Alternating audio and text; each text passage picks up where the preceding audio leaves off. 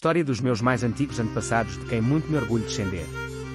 4 de agosto de 1060, morre Henrique I, rei dos francos, meu 32º avô, 5 vezes meu avô, da dinastia Capetíngia, 8º avô da rainha Santa Isabel, mulher de Dom Dinis, rei de Portugal. Henrique I, rei dos francos, nasceu em Reis, a 4 de maio de 1008 e morreu em Vitry-en-Brie, a 4 de agosto de 1060. Era filho de Roberto II, o Pio, rei dos francos, e de Constança de Arles, neto paterno de Hugo Capeto, rei dos francos, e de Adelaide de Poitou, e neto materno de Guilherme, conde de Arles, marquês da Provença, e de Adelaide Branca de Anjou.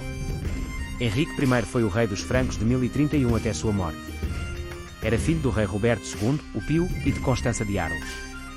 As terras da coroa de França chegaram ao seu menor tamanho durante o seu reinado, e por esse motivo Henrique é tradicionalmente visto como emblemático da fraqueza inicial da dinastia Capetíngia. No entanto, alguns historiadores consideram-no como um rei forte mas realista, que foi obrigado a realizar as suas políticas sabendo das limitações da monarquia franca da época. O reinado de Henrique I, assim como o de seus antecessores, foi marcado por uma longa sequência de batalhas pela conquista de terras. Inicialmente aliou-se ao seu irmão Roberto, Duque de Borgonha, meu 30º avô, 11 vezes meu avô, com o apoio da sua mãe, numa revolta contra seu pai, em 1025. Mas ao subir efetivamente ao trono, teve de fazer frente à hostilidade da sua mãe e dos grandes vassalos que pretendiam coroar o seu irmão Roberto.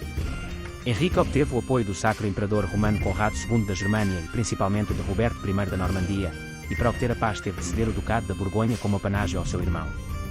Henrique encontrou-se 3 vezes em Ivoá com Henrique III da Germânia, o sucessor de Conrado II. No início de 1043 discutiram o casamento do imperador com Inês de Poitou, filha de Guilherme V, Duque da Aquitânia.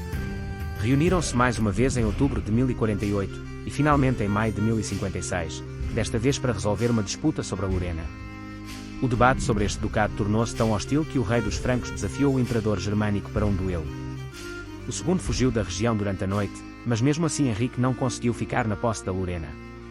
Tutor de Guilherme I, o Conquistador, futuro Duque da Normandia, apoiou inicialmente contra os seus vassalos, principalmente na Batalha de Vallès-Dunes em 1047, perto de Caen. Depois entraram em conflito. Quando o Conquistador, primo do rei inglês Eduardo, o Confessor, se casou com Matilde da Flandres, filha de Balduíno V da Flandres, conde da Flandres, Henrique temeu o seu poder crescente. Tentou conquistar-lhe a Normandia na Batalha de Mortemer em 1054, e de novo em 1057 em Varaville, sem sucesso. Durante o seu reinado, Henrique I perdeu a Borgonha e apenas conquistou Sens. Os domínios reais atingiram a extensão mínima territorial em toda a história da França, contra um poder feudal no seu auge. Foi durante este período difícil que os bispos franceses proclamaram a paz de Deus e a trégua de Deus, para controlar a violência feudal pelo meio de sanções religiosas.